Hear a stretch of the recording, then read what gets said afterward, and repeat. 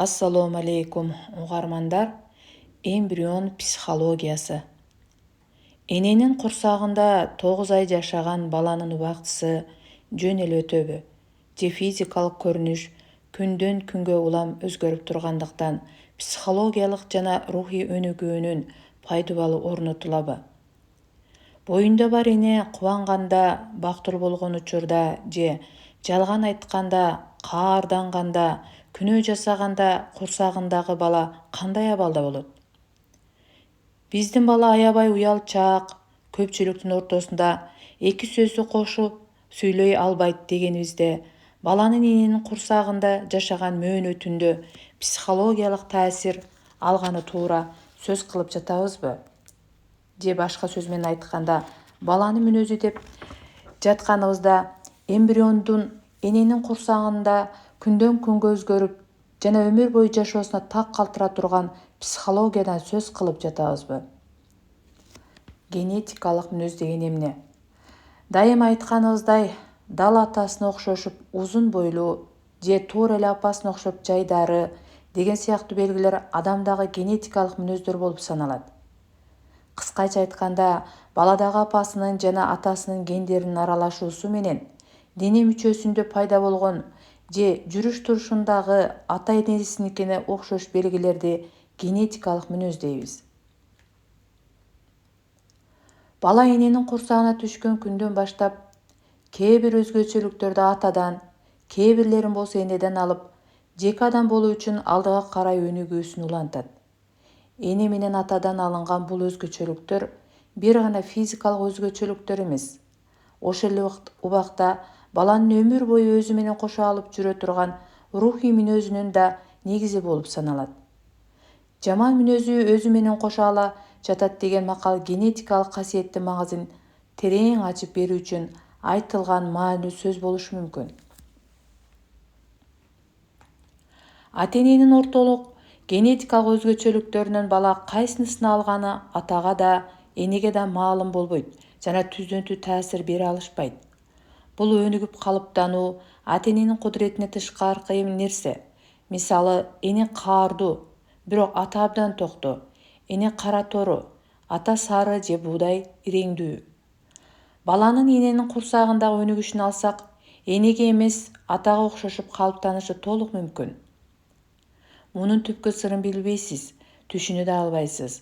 Генетикалык өнүгүштүн белгиленишинде жооп алар бир гана сөз ээси бар, ал кудурет ээси болгон Аллах жана бул генетикалык жактан өсүп өнүгүү ачылбаган бир купуя сыр.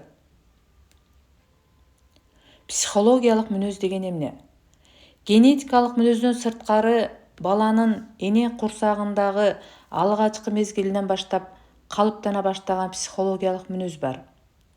Психологиялык мүнөз эненин кубанычы, каары жана кайгыларына түздөн-түз байланыштуу болуп, генетикалык мүнөздөн үстүнөн жаралган экинчи мүнөз болуп саналат.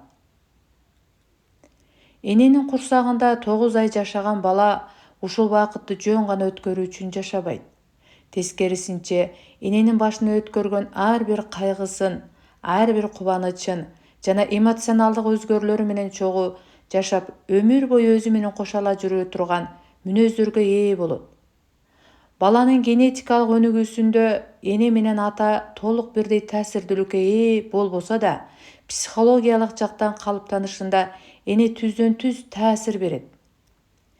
Эгер эне кааласа, курсагындагы баласынын жоош же коркок же токтоо жана сабырдуу болушунда чоң маани ойнойт.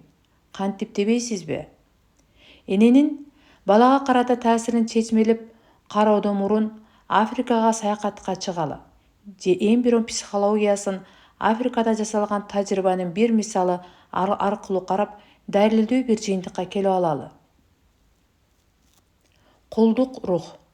Психологиялык мүнөз жөнүндө сөз кыла турган болсок, Африкада жасалган бир кордук тажрыйбасына кайрылбай өтүп кете албайбыз. Себеби Африка баланын психологиясын калыптандырууда биринчи орундагы эң таш боор лабораториялык тажрыйбаны колдонгонун мисал кылсак болот. Баланын өнүгүшүнө байкоо жүргүзүү жана эки буттуу айбандардын өздөрүнүн пайдасына ылайыктап эненин психологиясын бузуп кайрадан жасоо боюнча андан кийин илим жаатында тажрыйбаларын белек катары берген илимпоз окумуштуулардын кадыр бактуу дареги Африка болуп саналат. Айрыкча Африка өлкөсүндөгү Конгодо бул тажрыйбанын түрүн колдонуу кеңири тараган. Ак адамдардын кыйычпас кул тажрыйбасы. Конго таланып тонулгон жылдары ак адамдар тынч жашоо үчүн жергиликтүү калктан жардам алууга мажбур болчу. Бирок эң оор кыйынчылык кара адамдарга көз каранды болуп, алардын каарына калуу эле. Акчага сатылып алынган кулдар дайыма туруктуу абалда болушкан эмес. Мүмкүнчүлүк болгон биринчи эле ыңгайлуу учурда кожоюнуна кыянаттык жасашып, зордук зомбулукка чыдамдары жок эле. Сөгүш угушканда, таяк жешкенде, жандары кейигенде иштен баш тартышып, бала чакасынын алдында камкордук көрө алышпаса да, нормалдуу адамдардай болуп жашоосун уланта беришчү. Бирок бул өзгөчөлүктөр кулдарда болушу мүмкүн эмес. Себеби бул кул кожоюну менен эч нерсени салыштырбаган, жаны ооруса да кожоюнуна туруктуу, өз алдынча сөз айта албаган коркок жан болушу керек эле. Кыскасы, кулдук сезими генетикалык деңгээлине чейин сиңип тарашы зарыл болчу. Ошондуктан ак адамды түйшөлткөн ушул нерселер болчу. Акча менен сатылып алынган конголук кулдар бардыгын эң жакшы аткарып, бирок иш оор акыбалга келгенде ак кожоюнун коркунучка салып кете беришчү. Акыры ак адамдар кулдук руху гендерине чейин сиңген кулдарды кантип жаратсак болот деген суроого келип такалышты.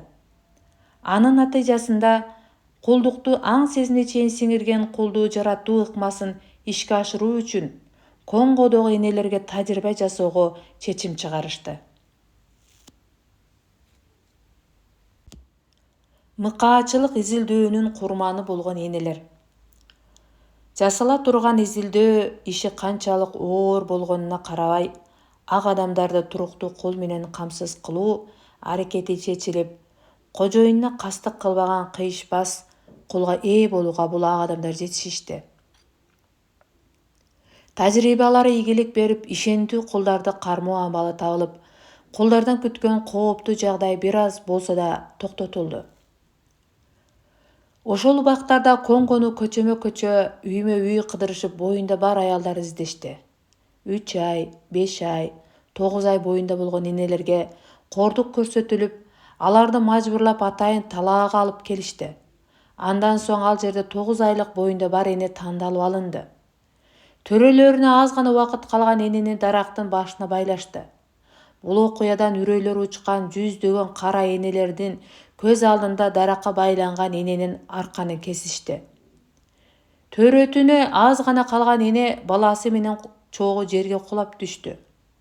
Баласы менен бирге зордук көрсөтүлүп өлтүрүлгөн энеге күбө болушкан башка энелердин кыйкырык чаңырыктары, качууга аракет кылуулары аларды ак адамдардын мындай мыкаачылыгынан кутулта алган жок. Бул окуяны унута албаган боюнда бар кара энелер ак адамдарды кайсы жерде көрбөсүн, башыбызга балекет келбесин деп урмат көрсөтө башташты. Жана боюндагы балдардын руху бул коркуу сезиминен улам урмат көрсөтүү сезими менен өсө баштады. Бул окуяны дагы эле унута албаган энелерди бир айдан кийин зомбулук аянтына зордук менен кайрадан чогултушуп, дагы бир энени өлтүрүштү.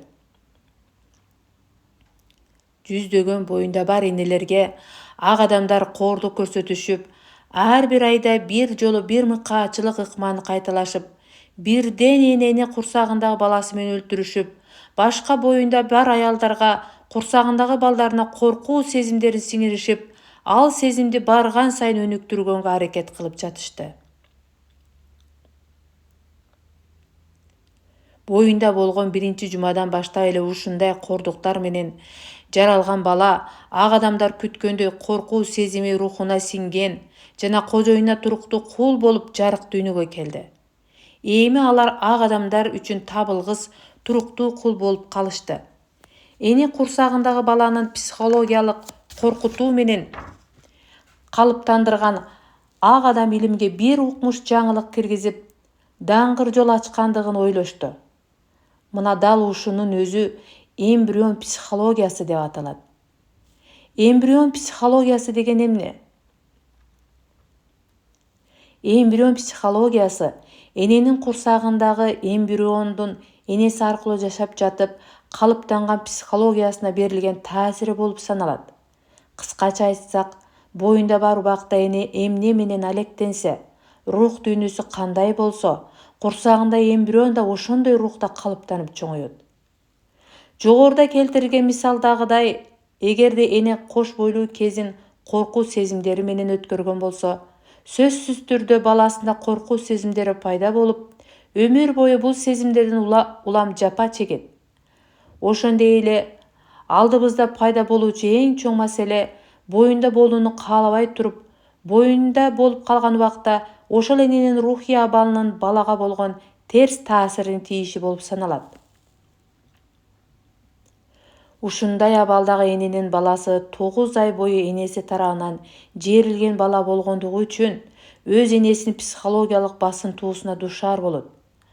Бул басынтуулар баланын өмүрүнүн акырына чейин коштоп жүрө турган психологиялык мүнөздөгү эң өзгөчө бир көлөкө болуп саналат. Ошондуктан балалуу болууну каалаган эне балага үкү сыяктуу туруктуу жана ынталуу болушу керек. Курсагындагы бала физиологиялык жактан түздөн түз таасир берилгениндей эле психологиялык жактан таасир бере тургандыгын унутпашы зарыл. Кош бойлуу эне окуган китептерин жалгыз өзү үчүн гана эмес, курсагындагы балага да окуп берип жатканын билүүсү абзел. Жашап жаткан бакубаттуулугу, кубанычы курсагындагы кичинекей балага да жагымдуу изин калтырып турат.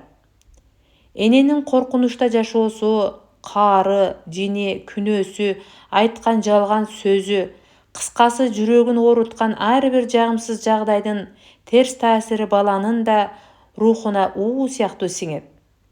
Эне ушул нерселердин баардыгын жакшылап, билип аракет кылыш керек. Демек ушундай далилдер менен караганыбызда баланын тарбиясы эненин курсагында эле башталат. Кыскача айта турган болсок, эне баласынын кандай мүнөзгө ээ болуусун кааласа, боюнда бар кезде өзү да ошол мүнөздөргө ээ болушу талашсыз. Бир гана боюнда бар кезде эле эмес, баланы жарык дүйнөгө келген мөөнөтүнөн баштап, эне менен наристенин ортосуна алгачкы байланыш чоң мааниге ээ. Эне менен баланын ортосундагы улуу сыр. Педагогика илими бала менен эненин ортосундагы байланышты изилдеп жатып, сырдуу ааламга кабылды. Азыркы убакка чейин табышмак болгон бул ааламды аралоо аркылуу эне бала ортосундагы кереметтүү байланыштын сыйкырдуу сыры бир аз болсо да түшүнүктүү боло баштады. Бул сырды ачуудан мурда эсимде калган бир окуяны айтып берейин. Абдан урматтаган бир досумду көрүүгө барган элем. Кыш күндөрүнүн ичинде узакка созулган маек куруп отурганбыз. Сөзгө абдан алаксып кеткендиктен сыналгыдагы кечки кабардын башталганын сезбей калыппыз. Досум жаңылыктарды көрүүгө сунуш кылып, пульт менен сыналгыны иштеткенге аракет кылды. Бирок аны ача алган жок. Сыналгыны иштетүүгө көзү жетпеген досум анын жанына барып кнопкасын басып иштетти. Диванга келип отурарда жылмайып, кээде ушундай болуп калат деди. Сыналгы иштегени менен кабарларды көрсөтүүчү телеканал чыккан жок. Досум кайрадан пультту колуна алып, өзү каалаган каналды издештирди. Болгон жок. Кайра аракет кылса да майнап чыкпады. Жини абдан келди. Жетет эми, деди да кайрадан сыналгынын жанына келип, колу менен кнопкаларды баскылап олтуруп, акыры каалаган каналын тапкандай болду. Демек, пультта бир маселе бар. Сыналгы менен анын пульту байланыша албай калган. Биз эл аралык кабарларды уккубуз келип жаткан. Пульт менен иштете албаганыбыз үчүн керектүү телекөрсөтүүнү баары бир таба алган жокпуз. Акырында сыналгы Кара деңиз салт санааларын көрсөтүп жатты. Кээ бир энелердин балдары менен байланыша албаганы сыяктуу бир канча энелер баласы каалаганындай мамиле жасабагандыгын, өз балдары менен ырыктары келишпегенин айтышат. Эне менен баланын ортосундагы байланыш пульт менен сыналгы ортосундагы байланыштай болсо оңой болмок. Кээде пульттун заряды өзгөртүп же оңдоочуга барып мындай маселелерди чечсеңиздер болот.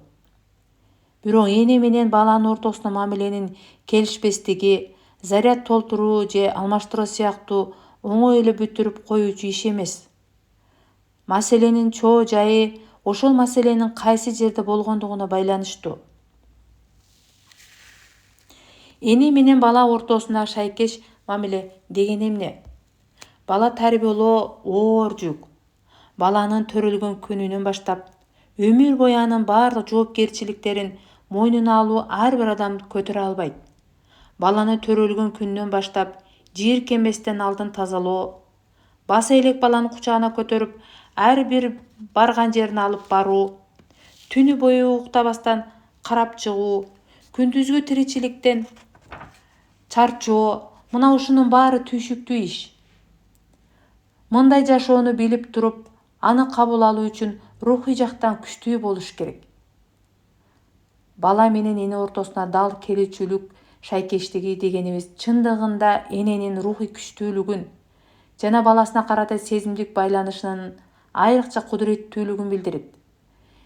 Эгерде эне баласы менен бул рухий байланышты таба албаса, анда бала энеге жүк катары сезилет. Баланын ар бир кылган тентектиги, ыйлаганы энени тез эле тажатып, чарчатып жиберет. Эне менен баланын ортосунда бул байланышты туура түшүнүү үчүн бала менен тайэже ортосундагы байланышка көңүл бурсак жакшы болот. Ар бир тайэже жээнин жакшы көрөт. Аны өбөт, кучактайт. Эжесинин иши бар болсо, чын көңүлү менен жээнине апалык мээримин төгүп карайт. Бирок бир канча саат же бир канча күн же бир канча ай же бир канча жылга айланса, тайэже да акыры чыдамы түгөрүп таажай баштайт. Чарчайт жана жапа чегет.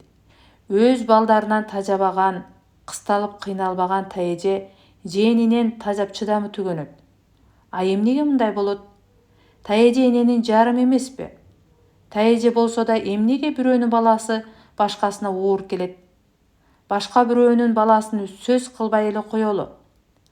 Ал эле эмес өз атасына баланы таштап, эне бир канча убакытка башка жака кетсе, атанын абалы кандай болот, чиркин? Ата болсо да бул жүккө узак убакыт чыдай албайт жана өз балдарын эле багууда алсыз экенин түшүнөт. Ооба, эне ыйык. Өз атасы болсо да көтөрө албаган бала багуу жүгүн ар бир эне чын ниети жана жан дили менен ойлонбостон көтөрөт. Мына эненин ыйыктыгы да өзгөчөлүгү да ушул. Эне атадай эмес, эне тайэжедей эмес, эне деген эне. Бирок эненин чыныгы энедей болушу эне менен баланын ортосундагы ыйык келген сырдуу байланыштын деңгээлине жараша болот. Эгерде эне баланын мамилеси туура жана шайкеш келүүчүлүктө болбосо, атадай эне же тайэжедей эне болуп калат. Баласына чыдай албаган, алардын дайыма каталыраак тартипти кармоо менен өзүнө ыңгайлуу шарт түзгөнгө аракет кылган, көңүлү чөккөн жана жапа чегип убактысын өткөргөн эне болуп калат.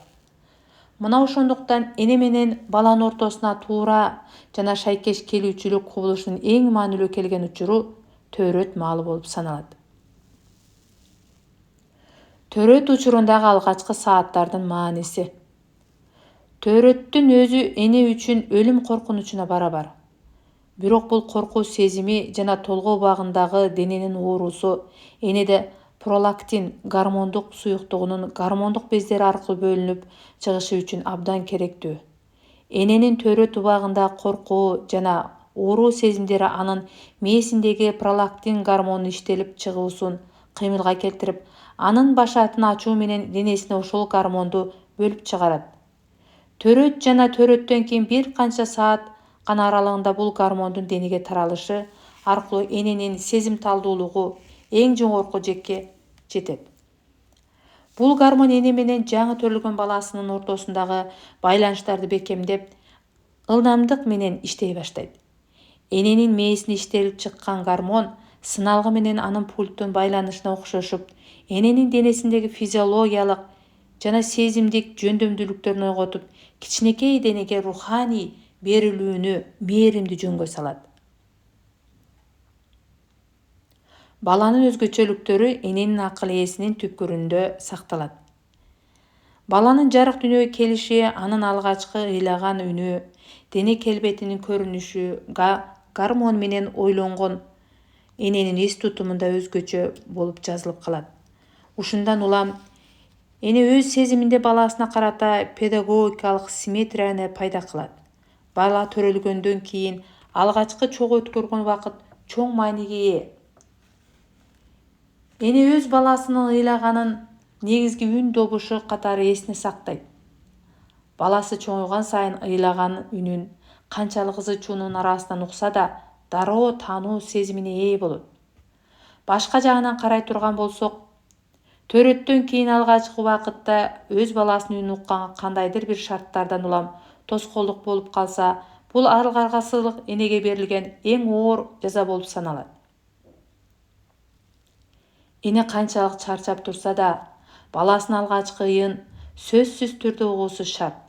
Бул учур эненин баласына келген байланышты өз убагында кармап калып, энелик гормондун бөлүнүп чыгышы үчүн эң маанилүү учур. Төрөттөн кийинки алгачкы мөөнөттө наристенин энеси менен көрүү, жыт билүү байланышын түзүшү терең мааниге ээ. Наристенин алгачкы үнүн эне кантип эсине сактап калса, наристесинин денесине кармаганда да андан алган оң энергияны жана сезимди да эс тутумунун тереңинде сактап калат. Эне мээсинен бөлүнүп чыгарган пролактин гормонунун пайда кылган жөндөмү аркылуу фотоаппарат менен сүрөткө тартып алган сыяктуу, эне өзү төрөткө байкоо жүргүзүүнүн алгачкы убагында сезип көргөндөрүн акылына сактап калып, кийин керек болгону инстинктке жөнгө салат. Мына, бала менен эне ортосунда алгачкы байланыш ушундайча пайда болот. Бала өзү менен кошо энеге үнүн, жытын тартуулайт. Эне болсо баласынан алган бул байланышты педагогикалык симметрия түзүү менен аң сезимден ой жүгүртүүсү жок өмүрүнүн акырына чейин эсине сактап калат. Андан ары бул сезимдин таасири менен энеде баласын ойлоп кайгыруу сезими иш жүзүндө ашат. Төрөт учурунда айрым бир аргасыз шарттар менен ушул керектүү процесс үзгүлтүккө учурабаса, кийин эне кандайдыр бир себептерден улам баласын жоготкон болсо, арадан 20 жыл өтсө да дароо өз баласын тааныйт. Бул кандайча? Арадан канча жыл өтсө дагы наристе кезинде жоголгон баласын эне кантип тааный алат? Мына, эне менен таежени, эне менен атаны айырмалаган эң бир кылдай ичке купуя сырлар ушул жерде жатат.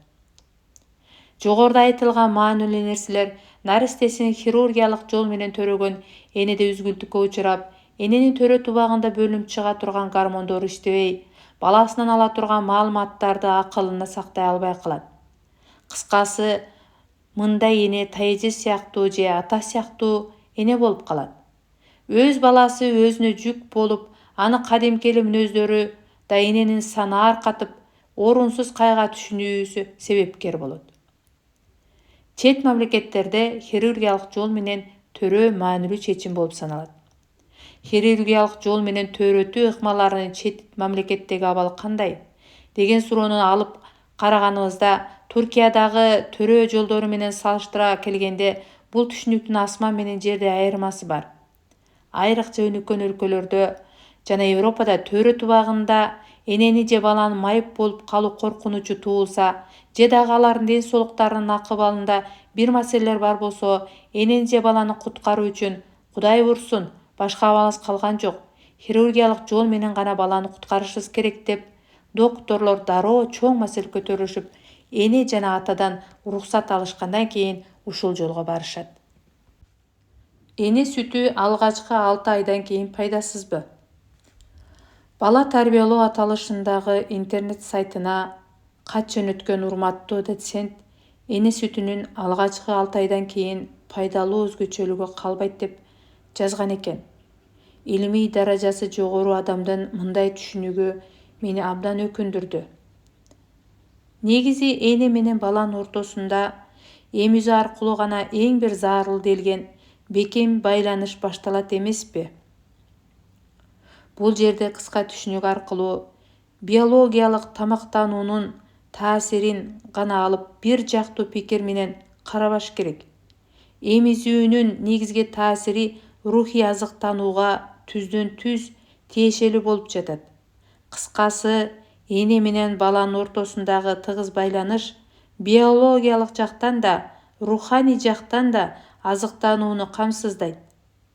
Сүт эмген баланын руханий өсүшүнө көңүл бурбай, дене өсүшүнө гана көңүл буруп, алгачкы 6 айдан кийин эне сүтүнүн азыктандыруу күчү азаят деп айтуу эне менен балага жасалган тайкы көз караштан чыккан кордук сыяктуу. Азыркы күндө илим изилдөөчүлөр эне сүтүндө алгачкы 6 айдан кийин азыктандыруу күчү ошол бойдон эле сакталып калаарын далилдеп жатышат. Ошондуктан эне сүтү жөнүндөгү жалпы журтка жайылып кеткен жаңылыш ой-пикирлерди бирден талдап көрүп, анан гана туура чыгарылган жыйынтыктын негизинде маалымат бергенге аракет кылалы. Аллахтын белеги эне сүтү.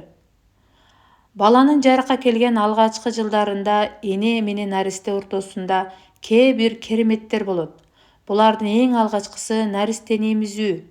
Эмизүүнүн баарынан мурда педагогикалык эмес, физиологиялык таасирин алганда, бул ылдам жана кубаттуу мүнөздө өнүгүүчү пайдалуу кубулуш болуп саналат.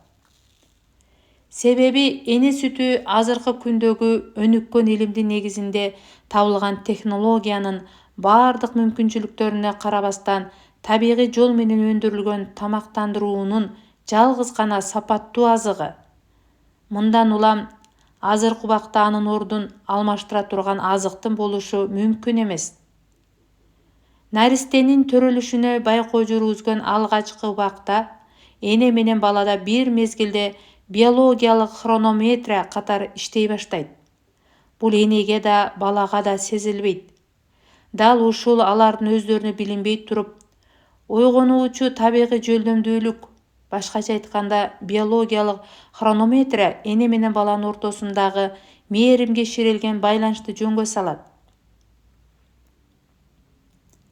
Мисалы, наристенин жарыкка келген биринчи күнү эненин дене түзүлүшүндөгү биометриялык саат, балага дары сыяктуу зарыл болгон азыктын даярдалышы керектигин энесинин мээсине жөнөтөт.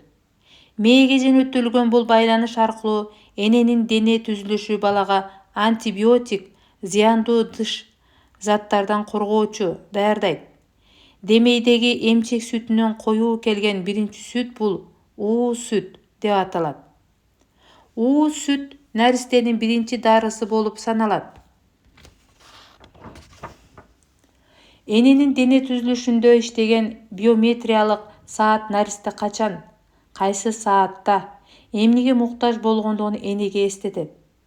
Бул Аллахтын бир гана энелерге буйруган алгачкы кереметтүү белеги.